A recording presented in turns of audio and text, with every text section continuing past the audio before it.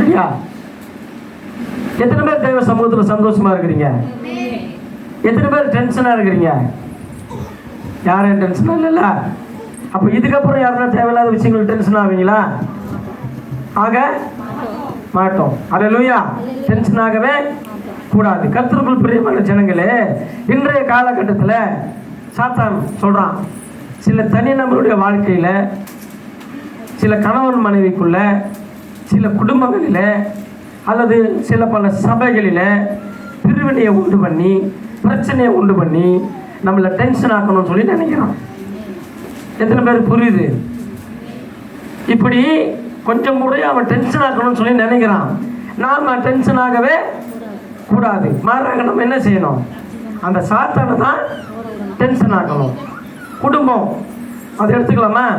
குடும்பம் அப்படின்னு சொன்னால் ஆதியாகமம் 2ஆம் அதிகாரம் 8வது வசனம் இப்படியா சொல்லுது, மனிதன் தனியாக இருப்பது நல்லதல்ல, ஏற்ற துணையை உண்டாக்குவேன் அப்படின்னு சொல்லி கணவன் மனைவியா உண்டாக்குறாரு. இதுதான் தேவ சித்தம். புரியுதா? ஏமா வசனம் யாரும் எழுதி தேவை, நான் படிச்சுட்டேன்ல, முடிச்சுட்டேன்ல, கவனிப்போம். அதாவது மனுஷன் தனியாக இருப்பது நல்லதல்ல, ஏற்ற துணையை உண்டாக்குவேன்னு சொல்லி தேவன் என்ன பண்ணாரு? கணவன் மனைவியை உண்டாக்குனாரு. அப்போ கணவனும் மனைவியும் தேவனுடைய சித்தத்தை நிலைநாட்டி பிள்ளைகளை பெற்றெடுத்து கர்த்தருடைய சந்ததிகளை உருவாக்கி தேவனுக்கு பிரியமானபடி வாழணும். இதுதான் தேவ திட்டம். இந்த தேவ திட்டத்துக்கு விரோதமா சாத்தான் என்ன தெரியுமா? கணவன் மனைவிக்குள்ள பிரச்சனையை உண்டு பண்ணி எப்படியாவது பிரித்து விடணும், பிரிச்சுட்டு இவங்களை டென்ஷன் ஆகி விடணும்னு சொல்லி நினைப்பான். நாம் என்ன செய்யக்கூடாது? பிரிஞ்சு போகிற அளவுக்கு இருக்கக்கூடாது.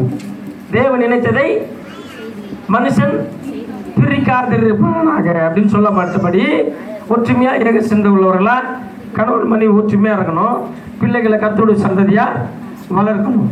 ஆமென்.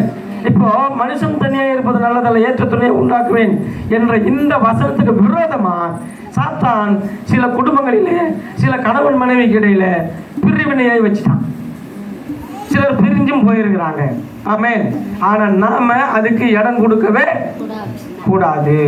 இப்படி குடும்பத்தை பிரிக்க நினைக்கிற சாத்தானுக்கு இடம் கொடுத்துட்டு பிறகு டென்ஷன் ஆகி கண்ணை கசக்கின்னு இருக்கவே கூடாது. அல்லேலூயா.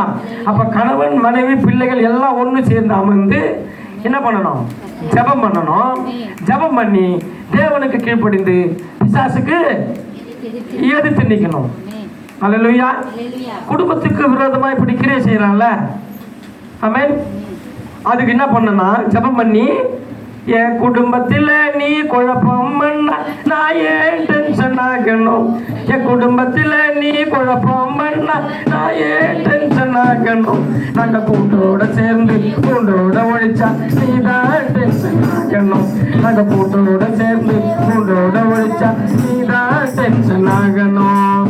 அப்பாவோட செல்ல புள்ள, அப்பாவோட செல்ல புள்ள, நாங்க ஜாலியாகத்தான் இருக்கோம், நான் ஏன் டென்ஷன் ஆகணும், டென்ஷன் ஆகணும், நான் ஏன் டென்ஷன் ஆகணும், சாத்தாரு நீ தான் டென்ஷன் ஆகணும்.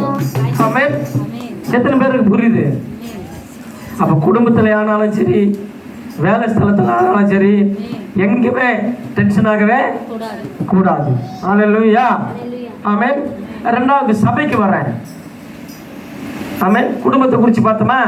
ரெண்டாவது சபையினுடைய காரியம். சபைக்கு விரோதமா சில காரியங்கள் என்று பார்க்கும்போது பிரச்சனை வெளியிலிருந்தோ உள்ள வரும், உள்ள இருந்தோ வரும். அல்லேலூயா. சபைக்கு விரோதமா சில காரியங்கள்னு பார்த்தா வெளியிலிருந்தும் வரும், சபைக்கு உள்ள இருந்தும் வரும். ஆனா சபைக்குள்ள இருந்து சில பிரச்சனைகள் வந்தா அது நம்ம சபையில் இருக்கவே கூடாது, எந்த சபையிலும் இருக்கக்கூடாது. அதான் தேவ சித்தம். ஆமென். எப்படி தெரியுமா பிரச்சனை வரும்?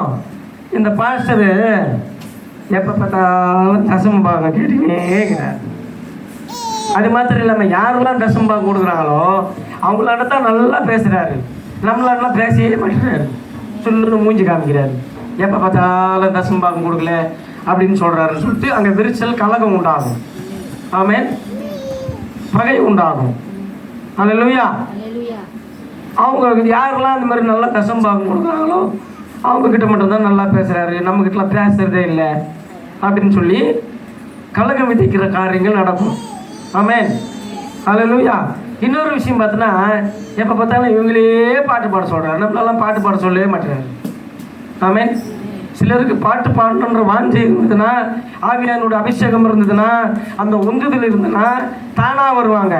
சிலர் பாடவும் மாட்டாங்க, ஆனால் பாடணுன்ற ஆசை இருக்கும், அந்த அந்த அர்ப்பணிப்போடு கூட வரமாட்டாங்க. ஆமென். உட்காந்துனே இருப்பாங்க, தாங்கி உட்காந்துனே இருப்பாங்க. பாட்டு பாடுறவங்களாம் வந்து பாடினே இருப்பாங்க. அப்புறமா வந்து என்ன சொல்லுவாங்கன்னா, எங்களெல்லாம் பாட்டு பாட கூடவே இல்லை. இது நிறைய சபைகள் நடக்குது. ஆமென். அந்த மாதிரிலாம் இங்கே நடக்கவே கூடாது. அதனால தான் நான் என்ன செய்கிறேன்னா, இந்த தசமபாகம் காணிக்கின்ற கான்செப்டை முதல்ல இங்கே வரவே கூடாது, அதை குறித்து பேசவே கூடாது.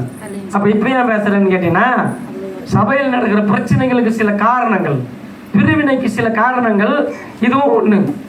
ஆமென். அதனால இப்படிப்பட்ட காரியம் இந்த நிலையில நடக்கவே கூடாது. இதனால பிரிவினை வரவே கூடாது. ஹல்லேலூயா. அதனால தான் தேவ சித்தம். ஒருத்தர் டோல் வாங்கி வந்து கொடுத்தாரு, ஒருத்தர் சைட் ட்ரம் வாங்கி வந்து கொடுத்தாரு, ஒருத்தர் டோலாக வாங்கி வந்து கொடுத்தாரு, ஏதோ பண்ணி நிற்கிறோம். கரெக்டு தானே? எல்லா பிள்ளைகளையும் உற்சாகப்படுத்திட்டு இருக்கிறோம். உண்மை தானே? அப்படி ஆவியிலையும் சத்தியத்திலையும் தாளந்துகளிலையும் வளருகிறவர்களாக இருக்கணும். கை தட்டி கர்த்தரை துதிக்கணும். ஹல்லேலூயா. அப்போ ஒற்றுமையோடு இருந்தால் மட்டும்தான் இப்படிப்பட்ட காரியங்களை, பிரிவினைகளை, பிரச்சனைகளை தவிர்க்க முடியும். எத்தனை பேருக்கு புரியுது? ஹல்லேலூயா.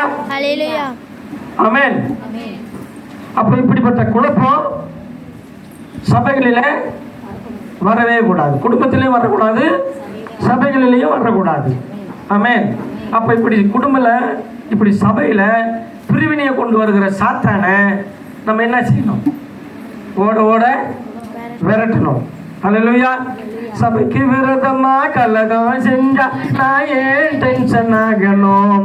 சபைக்கு விரோதமா நீ கலகம் செஞ்சா நான் ஏன் டென்ஷன் ஆகணும்? இவன் ஊழியத்தை தடுக்க முடியலன்னு நீ தான் டென்ஷன் ஆகணும். இந்த ஊழியத்தை தடுக்க முடியலன்னு நீ தான் டென்ஷன் ஆகணும். சபைக்கு விரோதமா கலகம் செஞ்சா நான் ஏன் டென்ஷன் ஆகணும்? இந்த சபைக்கு விரோதமா நீ கலகம் செஞ்சா நான் ஏன் டென்ஷன் ஆகணும்? இந்த ஊழியத்தை தடுக்க முடியலன்னு நீ தான் டென்ஷன் ஆகணும்.